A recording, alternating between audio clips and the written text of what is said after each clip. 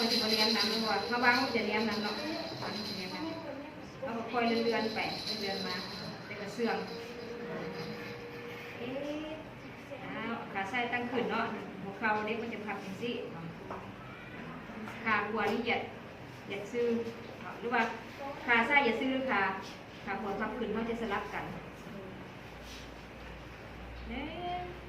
2 1 2 1 2มือนี่จับคอตีนเด้อ1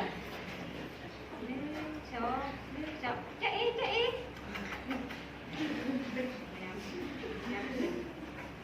ลี่ยนขา1 2 1 2 1 2จะเอ๊ะอย่าขี้หายเด้อ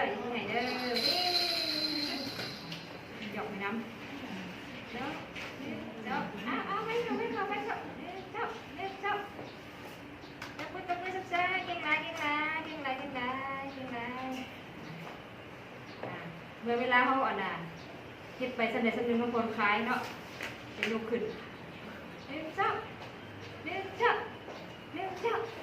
เก่งไรเฮ็ดเป็นหมดไม่จะพูดบอกเดี๋ยวบ่ให้เดี๋ยวอุ้มเดี๋ยว